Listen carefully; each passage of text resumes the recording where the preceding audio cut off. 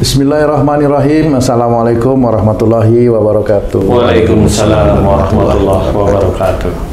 Para pemirsa dan sahabat beriman dimanapun berada, alhamdulillah kita berjumpa lagi di Ustadz Danu Official Channel. Semoga kita selalu dalam lindungan Allah Subhanahu wa Ta'ala. Amin ya Rabbal Alamin. Di video kali ini kita akan ngaji lagi bersama guru kita semua, Pak Ustadz Danu. Assalamualaikum Pak Ustadz. Waalaikumsalam warahmatullahi wabarakatuh. Assalamualaikum Bang J. Waalaikumsalam Pak Tung. Alhamdulillah.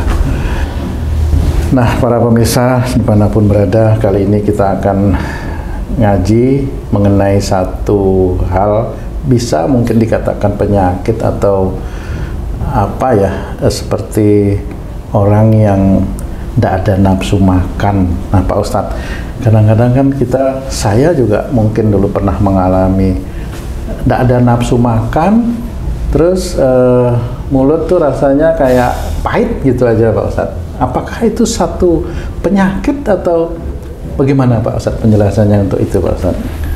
Ya. Bismillahirrahmanirrahim. Assalamualaikum warahmatullahi wabarakatuh. Waalaikumsalam warahmatullahi wabarakatuh. Amin ya Rabbal Alamin. Ya, alhamdulillah. Jadi ini sebenarnya tidak nafsu makan ini ada beberapa gejala. Pertama kali adalah demam. Biasanya gejala demam, meriang, kemudian semua tidak merasa enak istilahnya. Badan agak-agak gemeter, kemudian ada yang memang langsung orang tersebut tidak mempunyai nafsu makan, ada langsung nggak ada keinginan untuk makan, jadi perut itu kayaknya penuh aja rasanya seperti itu sampai seharian, sampai kadang 2 hari kayak gitu. Nah itu penuh aja, jadi ada yang seperti itu. Ada juga yang dia kepengen makan tapi fisiknya fisiknya nggak terlalu sakit, tetapi dia pengen makan. Nah, pada saat dia lihat makanan nggak nafsu makan, atau makan itu sudah di mulut itu langsung nggak enak ya rasanya, seperti itu. Entah itu pahit, entah mulut itu seperti terbakar, seperti itu. Rasanya aja ya, rasanya seperti minum air panas itu. Nah, seperti itu. Nah, itu memang kalau dibilang itu sakit, sebenarnya itu bukan penyakit utama. Bukan penyakit utama. Biasanya itu sakit karena stimulus dari penyakit utamanya. Bukan efek ya. Penyakit tambahan atau ya seperti itu. Jadi biasanya dia ada demam, panas, badannya panas, kemudian kalau orang bilang panas dalam. Nah biasanya ini boleh saya memberikan gambaran adalah perut itu sebenarnya rasanya penuh. Nah rasa penuh itu berarti zat asam yang ada pada lambung itu tidak berfungsi dengan normal. Maksudnya zat asamnya berlebih atau malah tidak ada? Enggak, kalau itu zat asam tetap ada. Tetap ada ya. Cuma di lambung itu mengeluarkan antinya zat asam istilahnya. Jadi antinya zat asam itu yang punya hanya Allah aja. Ya. Kenapa ya seperti itu? Zat asam itu kalau agak berlebih kan menjadikan orang itu lapar sebenarnya. Malah lapar ya Pak? Ya. Gitu. Atau perutnya kosong, tidak ada makanan yang hancur-hancur, itu akan menjadikan kan namanya ini zat asam nih ya, ini ini makanan, ini kan dihancurin dengan zat asam itu ya. Nanti kan sebagian dimasukkan ke dalam usus nih, ya kan gitu nih. Sisa-sisanya gitu ya. Kemudian kan muncul zat asam lagi dari lambung, itu akan muncul zat asam, itu sunatullah. Nah zat asam inilah yang nanti terdetek oleh lambung itu yang menjadikan rasa lapar. Seperti itu. Makanya rasa lapar yang agak berlebih bagi orang-orang tertentu perih. Tapi perih itu dikategorikan oleh banyak orang itu mah. Nah, belum tentu itu rasa lapar yang muncul itu Pak. Bisa aja itu rasa lapar yang muncul karena memang dia harus makan menurut tubuhnya. Menurut tubuhnya. Nah, kalau memang perih itu terus-menerus berjam-jam sampai seharian, nah itu baru dikatakan mah lah kasarannya. Tapi itu sebenarnya ya perih bukan karena asam lambungnya naik. Kalau dibilang asam lambung naik, ya bolehlah kalau analisa seperti itu ya. Tapi kalau saya ada sesuatu di lambung yang menjadikan lambungnya sakit gitu aja. Ya, nah, pada saat seseorang itu ada anti asamnya yang di lambung itu, sehingga orang itu tidak merasa lapar. Nah, tidak merasa lapar inilah sebenarnya kenapa biasanya basic dari tidak merasa lapar ini, biasanya orang tersebut biasanya sehari-hari dia itu kalau diberi masukan atau diberi nasihat, relatif malah merasa dirinya itu lebih tahu. Saya tidak bilang menolak dulu nih, merasa lebih tahu, lebih pandai istilahnya.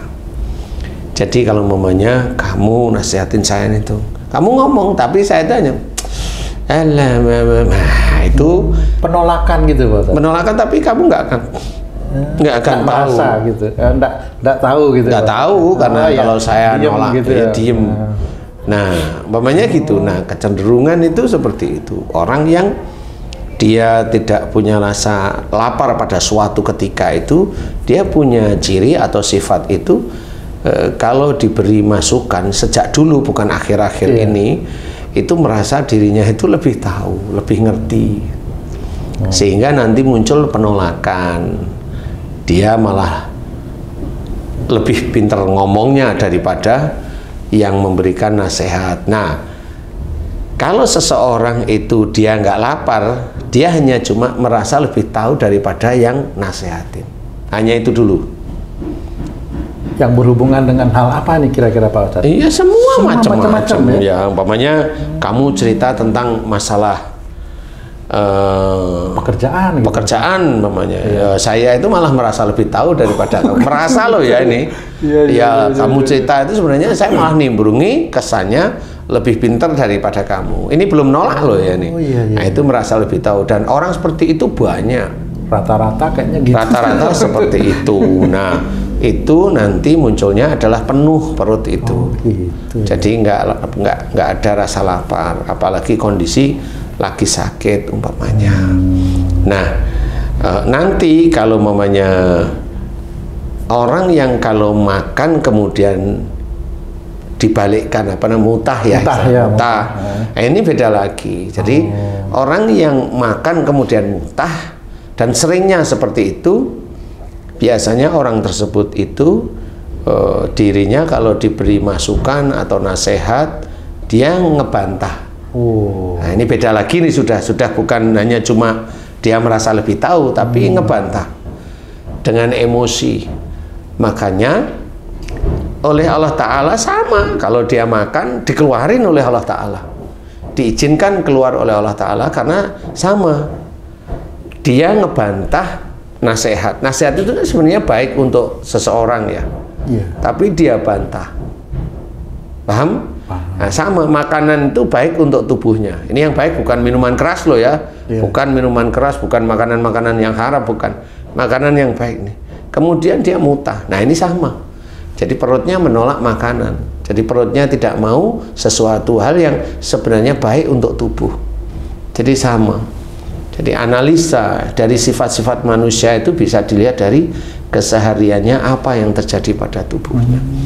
Jadi kalau umpamanya pas lagi sakit makan muntah, atau kalau enggak makan pun kan ada itu sampai hanya ilernya saja itu. Enggak ada yang keluar, isi perutnya udah keluar semua gitu, padahal nggak makan lagi, itu kan huek. Nah, itu sama, kalau dinasihatin atau diberi masukan itu selalu nolak. Dan kalau sampai itu sudah makan sudah nggak ada, itu masih huek terus sampai hanya iler-ilernya, ini punya tipikal ya. Jadi kalau dia udah nolak itu sampai orang yang ngasih nasihat itu udah sampai diem. Gitu ya. Iya. Jadi sudah ya begitulah dia. Itu ciri manusia sebenarnya. Jadi dilihat dari secara harfiah sebenarnya kelihatan manusia itu bisa dilihat nilainya di hadapan Allah Ta'ala itu sebenarnya ketahuan. Nah, kalau seseorang itu memakan umpamanya mulutnya pahit gitu kan, gitu, kalau makan mulutku pahit ya sekarang. Nah, memang biasanya mulutnya ini biasanya dipergunakan untuk selalu ngomong yang omongannya itu sebenarnya tidak nyaman didengar, tidak nyaman, jadi agak meremehkan, nggak harus marah, agak meremehkan, merendahkan, ya, seperti itu. Mulut yang pahit itu insya Allah seperti itu, jadi makan masuk tapi pahit gitu loh.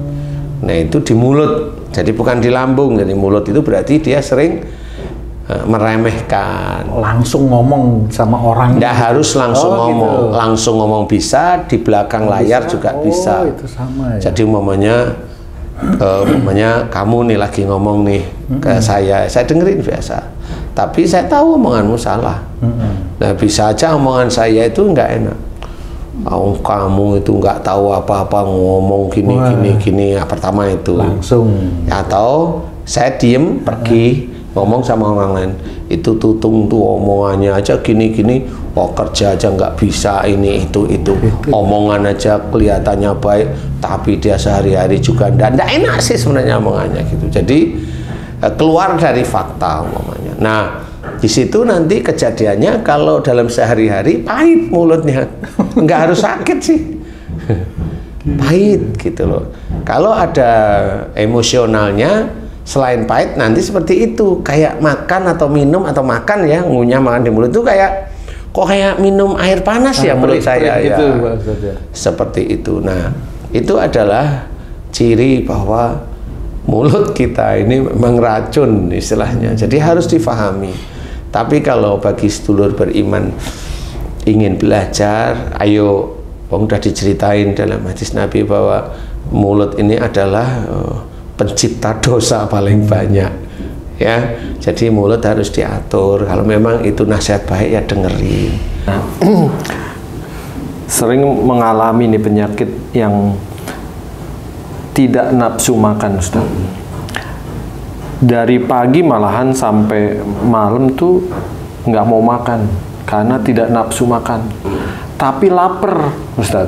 Lapar tapi mau makan apa aja yang dia bayangkan gitu kayaknya nggak enak gitu. Sebenarnya apa yang menyebabkan itu, Ustaz? Akhlak itu, Ustaz, sampai dia nggak nafsu makan padahal dia lapar, Ustaz. Macem-macem ya. Jadi begini, kalau dia lapar mamanya, dan tadi lapar katanya, lapar. Tapi nggak mau makan. Kalau seperti itu sebenarnya dia sendiri itu banyak membutuhkan masukan atau nasihat. Tapi kalau dia diberi nasihat menyepelekan. Jadi kalau diberi nasihat itu menyepelekan, padahal dia itu begini nih kamunya. Kasih masukan nih, saya ada masalah ini. Saya kan butuh nih. Kasih masukan, saya ada masalah ini. Butuh nih. Nah, Haji itu ngomong ke saya. Haji ngomong ke saya ini kan nasihat, masukan bukan. Tapi saya alah itu aja. Itu. Padahal awalnya butuh. Awalnya dia butuh. Paham belum? Iya, Pak. Dan orang yang seperti itu banyak. Awalnya adalah umpamanya cerita nih, Tung, nah ini istrimu umpama kan bisa ya? Bisa kalau ini bisa. Tung, tolong dong ini. Kamu kasih nih istri. Semampu kamu nih. Iya. Nah, nggak taunya istrimu itu malah ngomelin kamu, padahal yang diminta ya sudah. Gitu. Iya. Itu kan sama. Iya, betul. Membutuhkan sesuatu dikasih tapi malah ditolak. Malah gitu. jadi ribut gitu. Nah, kalau ribut kan kamu sendiri yang tahu lah ya. Artinya berlebihan ngomongnya. Iya. Ya tepatnya ribut itu tadi. Jadi itu mirip. Itu mirip. Jadi kita butuh, udah tanya nih. Tapi dikasih malah ditolak gitu. Dan itu orang seperti itu ada dan banyak. Kesannya dia butuh, tapi pada waktu diberi masukan ditolak. Walaupun tidak semua hal itu ditolak ya. Tapi prosentasenya bisa dilihat itu. Jadi dia sering menolak walaupun dia itu butuh sebenarnya. Nah itu sama. Jadi dia kepingin makan tapi lihat makanan nggak selera. Nah itu biasanya seperti itu. Jadi insya Allah Itu orangnya ya seperti itu, kayak mamanya ya orang-orang begitu aja, mau orang biasa kan, mau orang menengah atau pejabat begitulah ya, butuh nih dinasihatin malah keminternya muncul, atau dia tidak reken, atau malah nyalain yang ngasih nasihat nih kan seperti itu ya. Nah itu istilahnya dia lapar tapi dihadapkan makanan yang dia suka, matanya itu nolak, nggak butuh istilahnya. Jadi itu cara Allah aja agar seorang itu menghormati orang yang memberikan masukan. Ya, nasihat itu kan baik, makanya itu adalah keluar dari jalur syariat. Jalur syariatnya yang mana? Wa idza quri'al Qur'anu fastami'u lahu wa ansitu la'allakum turhamun. Jadi itu yang menurut syariat. Artinya apa? Jika diperdengarkan ayat-ayat Quran, maka dengarkan, perhatikan agar kamu mendapatkan rahmat atau beruntung. Diperdengarkan ayat Quran, salah satunya nasihat itu, Ustaz. Betul, karena ayat-ayat Quran kan juga banyak nasihat baik sebenarnya. Jadi kadang-kadang dibacakan nggak sesuai apa yang namanya nasihat, Ustaz. Ya, ayatnya nggak pas gitu. Ya itu kan beda pendapat aja. Tapi beda pendapat kan nggak ada masalah selama tidak keluar dari garis syariat. Kan seperti itu. Jadi boleh nggak ada masalah. Tapi intinya adalah mendengarkan ayat Quran itu malah bagi kita yang muslim memang harus didengarkan, diperhatikan. Apalagi nanti ada yang menjelaskan, seorang guru, seorang ustadz, seorang kiai, dengarkan baik-baik. Kalaupun mamanya yang mendengarkan ada salah dalam mentafsirkan, jangan marah dengan yang begitu. Itu khilafiyah yang kadang beliau tidak sengaja mamanya, atau karena ketidaktahuan, kan gak ada masalah sebenarnya. Jadi bukan terus dihajar dengan keluar di YouTube. Lah untuk apa? Kan gitu ya. Berarti dia sendiri nggak yakin dengan agamanya, atau dia merasa benar. Berarti kalau dia merasa benar, dia tidak merasa punya dosa. Nah, orang yang merasa tidak punya dosa, itulah orang yang dosa besar sebenarnya. Nah itu memang harus dikasih tahu, karena banyak di YouTube itu saling menyalahkan saudara sendiri. Duh, berarti dia merasa benar, ya nggak usah. Lah kan saya mau syiar, lewat mana syiarnya? Ngomong dong yang baik, kan gitu ya. Syiar itu kan ngomong yang baik, memberikan masukan yang baik, tapi tidak perlu dimunculkan orang, tidak perlu dimunculkan ini, kan gitu. Nah insya Allah seperti itu sih. Jadi seseorang kalau memang ada ini kan butuh nasihat, butuh guru, butuh ayat-ayat Quran, butuh hadis Nabi yang sahih, harus kita dengarkan, butuh penjelasan. Kadang dijelaskan oleh guru, kadang juga nggak pas dengan apa namanya dengan tafsirnya guru yang lain. Ya jangan itu diadu, karena itu hanya cuma persoalan yang khilafiyah normal manusia aja. Ustaz, tadi kan Ustaz bilang kalau lapar itu kan membutuhkan nasihat. Gimana orang lapar dan makan terus, Ustaz? Lapar dan makan terus, ya itu beda. Oh beda? Kalau itu memang geragas dia. Saya pikir butuh nasihat dan diterima nasihatnya semua gitu. Jadi makan terus gitu. Orang yang begitu malah kadang-kadang ya seperti itu. Kadang-kadang ada sebenarnya dia butuh nasihat, iya, tetapi malah kesannya nasihat memang didengerin, tapi nggak terlalu digubris bisa. Jadi kesannya dia makan itu banyak, tapi kok nggak kenyang, ya itu bisa. Jadi gubrisnya dia tidak marah, tapi gini nih, saya minta nasihat sama Haji nih, saya dengerin nih, ya. Tapi nanti sehari-hari apa yang saya tanyain nggak saya laksanakan gitu, tapi tanya lagi gitu. Seperti itu. Jadi bisa seperti itu. Atau memang dia sendiri juga geragas. Geragas itu apa saja dia makan. Seperti itu. Nah, ini juga bisa, tetapi kondisi-kondisi yang orang yang maunya makan banyak belum tentu itu berhubungan dengan nasihat. Tetapi berhubungan dengan macam-macam. Saya kasih contoh namanya sih. Dia sejak awal sudah punya pikiran kalau nggak makan mati. Nah, itu perut di sini maunya lapar sudah. Itu sudah dia setting. Kalau nggak makan sakit, mati. Kalau nggak makan bukan sakit, mati gitu aja udah. Nah, berarti dia salah. Intinya cara berpikirnya salah. Nah, di daerah lambungnya itu pasti selalu meminta makan. Karena dia salah persepsi. Mati itu bukan karena makanan, bukan karena kurang makan atau nggak makan. Wong dia puasa juga bisa kan gitu. Nah, tapi ya itu karena settingan sudah salah, ya dia akan salah. Seperti itu. Bisa.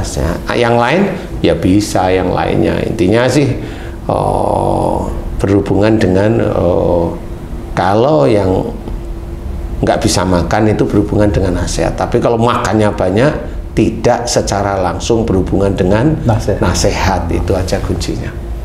Karena itu berhubungan dengan nafsu, kan begitu ya.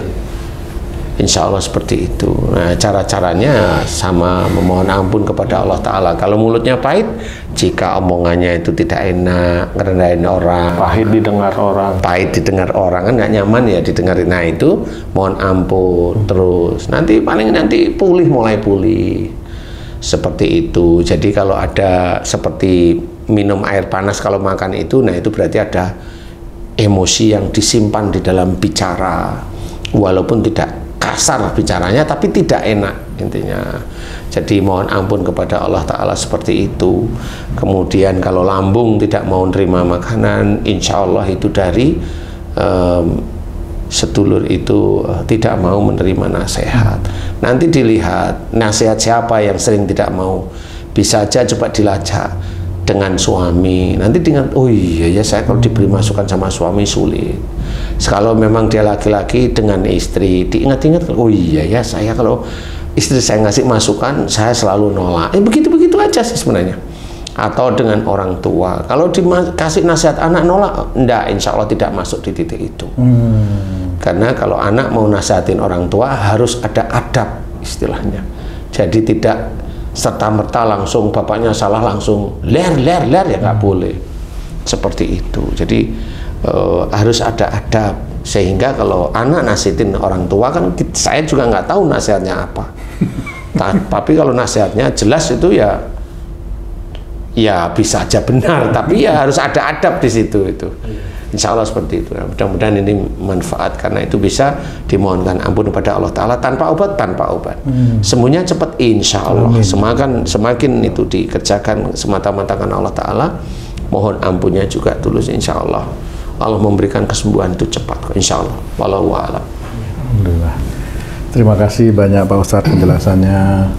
Para pemirsa dan sahabat beriman dimanapun berada, demikian tadi penjelasan dari guru kita Pak Ustadz Danu tentang seseorang yang nafsu makannya kurang gitu ya. Bagaimana beliau memberikan analisa, dan juga tadi ada sebagian cara-cara atau doa yang disampaikan beliau. Mudah-mudahan video kami kali ini bisa memberikan manfaat yang seluas-luasnya buat meningkatkan keimanan dan ketakwaan kita kepada Allah Subhanahu wa Ta'ala. Saya Tung pamit diri, sampai jumpa di video kami yang lain. Assalamualaikum warahmatullahi wabarakatuh. Waalaikumsalam warahmatullahi wabarakatuh.